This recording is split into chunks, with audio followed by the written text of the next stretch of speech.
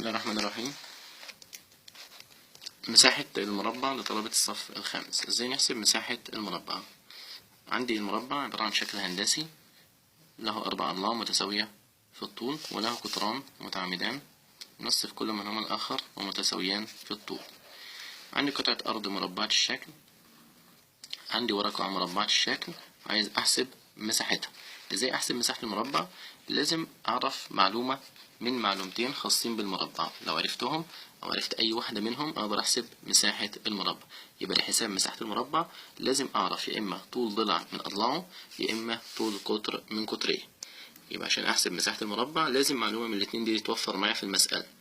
المسألة بتاعتي لفظية أو مرسومة، لازم يديني معلومة من الاتنين دول، يا طول ضلع من الأضلاع يا إما طول قطر. طيب هستخدم قانون من 2، مساحة المربع تساوي طول الضلع في نفسه لما يديني طول ضلع المربع، وهستخدم قانون آخر نص في طول القطر في طول القطر لو المعلومة اللي في المسألة عبارة عن طول قطر المربع. يبقى هو لازم يديني في المسألة يا إما طول ضلع المربع يا إما طول قطر المربع. لو اداني طول ضلع المربع هطبق قانون مساحة المربع يساوي طول الضلع في نفسه، هضرب طول الضلع ده في نفسه. طب لو اداني طول قطره هطبق قانون نص في طول القطر في طول القطر. طيب نشوف تمارين. التمرين الأول بيقول لي هنا أوجد مساحة سطح المربع الذي طول قطره 12 سنتيمتر. يبقى هنا أقول له مساحة المربع يساوي، أكتب القانون بتاعي نص في طول القطر في طول القطر يساوي تحت يساوي نص في طول القطر عندي 12 سنتيمتر، هضربها في نفسه اللي هو 12 سنتيمتر لأن القطر الآخر برضو 12 سنتيمتر. نص ال 12 6 في 12 ب72 والوحدة بتاعتي سنتيمتر مربع. طيب مربع طول ضلعه 10 سنتيمتر، أوجد مساحته. عشان أوجد مساحة المربع يبقى زي ما اتفقنا لازم يديني يا طول ضلعه يا طول قطره. طب هو المرة دي مديني طول ضلعه، يبقى القانون اللي أنا هستخدمه مساحة المربع تساوي طول الضلع في نفسه. أنا بحفظ القانونين وهستخدم اللي هيديني معلومته في المسألة. اداني طول الضلع يبقى استخدم قانون طول الضلع في نفسه، إذا اداني طول القطر يبقى استخدم قانون نص في طول القطر في طول القطر. يبقى أنا 10 في 10 ب100 سنتيمتر مربع. التمرين الثالث هيقول لي أيهما أكبر مساحة، مثلث طول قاعدته 12 سنتيمتر وارتفاعه المناظر 10 سنتيمتر أم مربع طول قطره 20 سنتيمتر. هنا بيدخل لي درس مساحة المربع مع تمارين مساحة المثلث. طيب انا لما اجي احل هعمل 3 خطوات. الخطوه الاولى هروح على الشكل الاولاني اللي هو مثلث واحسب مساحته. مساحه المثلث نتذكر مع بعض كده قانونه نص في طول القاعده في طول او في الارتفاع المناظر. نص في طول القاعده عندي 12 سنتيمتر في ارتفاع 10، نص ال 12 6 في 10 ب60 سنتيمتر مربع. دي مساحه المثلث. مساحه المربع قانون من 2، يا طول الضلع في نفسه يا اما نص في طول القطر في طول القطر. هستخدم مين؟ على حسب المعلومه اللي اداني في المساله. فقال لي المربع طول قطره 20 سم، اداني طول القطر يبقى استخدم نص في طول القطر في طول القطر. نص في طول القطر عندي 20 في 20، نص ال 20 10، 20 في 10 ب200 سنتيمتر مربع. من هنا هيبقى مساحة المربع أكبر من مساحة المثلث. في التمرين ده مساحة المربع أكبر من مساحة المثلث. يبقى 3 خطوات: مساحة المثلث، مساحة المربع، بشوف مين الكبير وأحدد أنه شكل من الاتنين أكبر في المساحة. السؤال اللي بعده أيهما أكبر مساحة، مربع طول ضلعه 7 سنتيمتر أم متوازي أضلاعه طول قاعدته 10 سنتيمتر وارتفاع المناظر 4 سنتيمتر. يبقى نفس الخطوات بتاع المسألة السابقة. هقول الأول مساحة المربع وبدأ بالمربع. المرة دي مديني طول ضلعه يبقى طول الضلع في نفسه. هنا بيعمل تنوع ما بين كيفية حساب مساحة المربع بمعلومية طول ضلعه أو بمعلومية طول قطره. طول الضلع في نفسه يبقى فرق ما بين القانونين. هنا مساحة المربع بستخدم طول الضلع يبقى طول الضلع في نفسه، إنما مع القطر نص في طول القطر في طول القطر. طول الضلع عندي 7 سنتيمتر في 7 يديني 49 سنتيمتر مربع. أروح على متوازي الأضلاع. متوازي الأضلاع أحسب مساحته.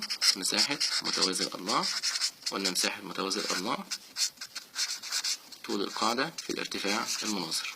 طول القاعدة في الارتفاع إنما المثلث نص فيه طول القاعدة في الارتفاع. طول القاعدة عندي هنا 10 في الارتفاع 4، 10 في 4 ب40 سنتيمتر مربع.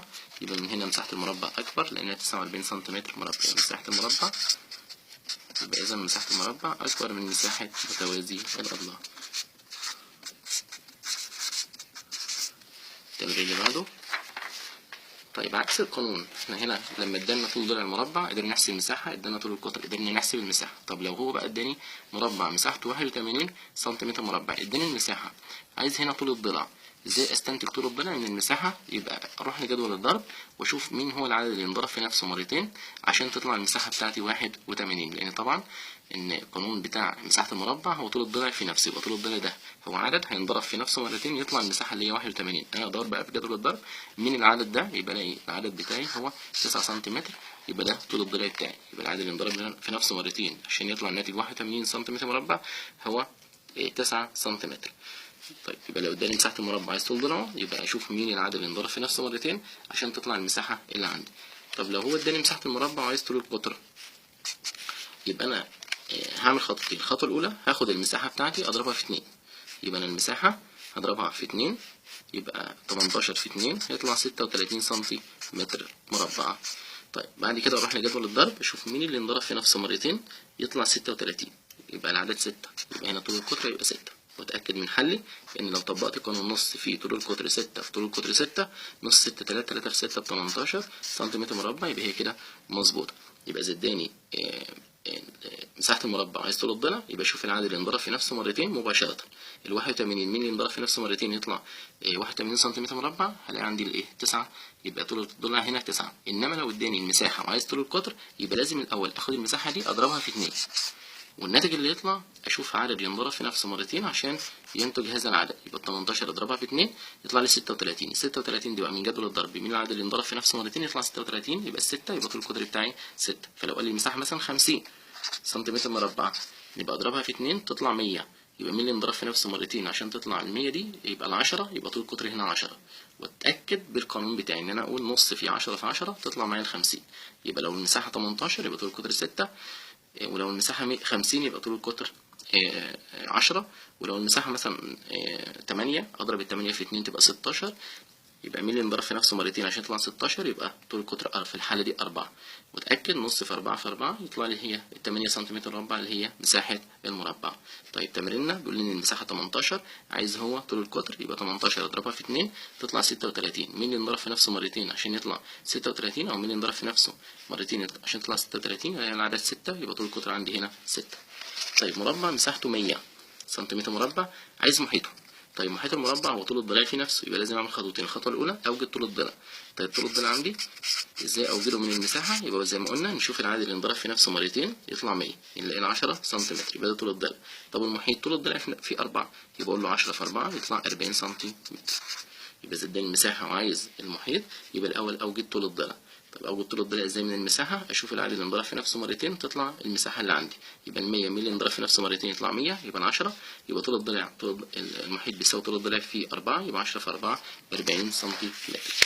التمرين اللي بعده لو جاب لي مربع مرسوم اقدر احسب مساحته.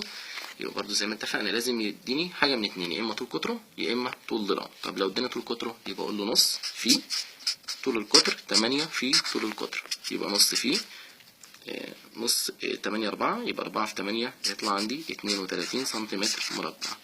طب لو اداني طول ضلعه، طول ضلعه هنا 9 سنتيمتر، يبقى انا اقول له المساحه تساوي طول الضلع في نفسه، يبقى 9 في 9 يطلع 81 سنتيمتر مربع. طيب لو اداني مربع واداني بس نص القطر، نص طول قطره، كاتب لي 5 هنا على نص طول ايه؟ طول قطره. طيب يبقى القطر بتاعي هنا، يبقى الاول اوجد طول القطر، يبقى طول القطر عندي هيساوي 10 سم. طبعا معروف ان القطران في المربع ينص في كل منهما الاخر، يبقى القطر ده والقطر ده بيتنصفوا، يبقى ده 5 يبقى ده برضو 5، يبقى القطر كله 10 وده برضو 10. يبقى لو عايز احسب المساحه اقول نص في 10 في 10، نص ال 10 5، 5 في 10 يطلع لي 50 سنتيمتر مربع. ده لو المساله مرسومه. طيب عندي مساله لفظيه مشهوره على المربع وكيفية حساب مساحته. بني هنا قطعة أرض مربعة الشكل طول قطرها 28 متر، بني داخلها منزل قاعدته مربعة الشكل طول ضلعها 15 متر. يبقى هنا عندي حديقة، أو الأول عبارة عن قطعة أرض، قطعة الأرض دهيت بنينا بداخلها منزل قاعدته مربعة. طيب قطعة الأرض دي طول قطرها 28 سنتيمتر، 28 متر. بنينا منزل قاعدته مربعة، يبقى هنا في منزل قاعدته مربعة طول ضلعه 15 متر، وحوالين بقى المنزل عملنا حديقة. أنا عايز أعرف مساحة الحديقة دي قد إيه. طيب عشان أحسب مساحة الحديقة يبقى الأول أحسب مساحة قطعة الأرض. طيب قطعة الأرض هنا مربع، يبقى أشوف هو مديني إيه، مديني طول ضلعها ولا قطرها، فمديني قطرها 28 متر، يبقى أنا أقول له نص في 28 في 28. نص 28 14 في 28 في المسودة بتاعتي 18، 28 في 14، 4 في 8 ب 32 ومعايا 3، و4 في 2 ب 8 و3 11، وهنا 1 في 28 ب 28 وهنا صفر، أجمع يطلع لي هنا 2 هنا 9 هنا 3، يبقى المساحة بتاعت الأرض دي 392 متر مربع. طيب احنا بنينا منزل، قاعدة المنزل عبارة عن مربع طول ضلعه 15، يبقى أنا هقول له هنا مساحة قاعدة المنزل أو المساحة اللي اتبنى عليها المنزل هتساوي طول الضلع في نفسه، يبقى 15 في 15. برضه في المسودة بتاعتي 15 في 15، 5 في 5 ب 25، 5 معايا 2، 5 في 1 ب5 و2 7، وهنا 0، 5 1 في 5 ب5، 1 في 1 ب1، يبقى هنا 5 2 2، يبقى 225 متر مربع. ده المساحة اللي اتبنى عليها المنزل. طيب الفرق ما بين المساحتين اللي هو يديني مساحة الحديقة، يبقى مساحة الحديقة هنا هتساوي مساحة قطعة الأرض ناقص المساحة اللي بنينا عليها المنزل، يبقى 392 متر مربع، نطرح منها 225 متر مربع. 2 ناقص 5 مش هينفع نستلف، يبقى دي 8 ودي 12. 12 ناقص 5 7، 8 ناقص 2 6، 3 ناقص 2 1 متر مربع، يبقى مساحة الحديقة 167 متر مربع. طيب التمرين اللي بعده بيقول هنا لوحة ورقية مستطيلة الشكل بعدها 25 و20 سنتي، يبقى أنا عندي هنا لوحة مستطيلة الشكل، هنا 25 طولها وعرضها 20 سنتيمتر. أنا جيت قطعت منها 6 مربعات متطابقة طول قطر كل منها 12 سنتي، يبقى أنا جيت هنا قطعت 6 مربعات. 6 مربعات دول متطابقة، يعني مربعات متطابقة يعني لها نفس طول الضلع ولها نفس القطر. طيب القطر بتاعي عبارة عن 12 سنتيمتر. أنا عايز أعرف المساحة بقى المتبقية من قطعة الورق قد إيه. طيب أنا لما أجي أحل أحسب الأول مساحة قطعة الورق نفسها. طيب مساحة قطعة الورق هتساوي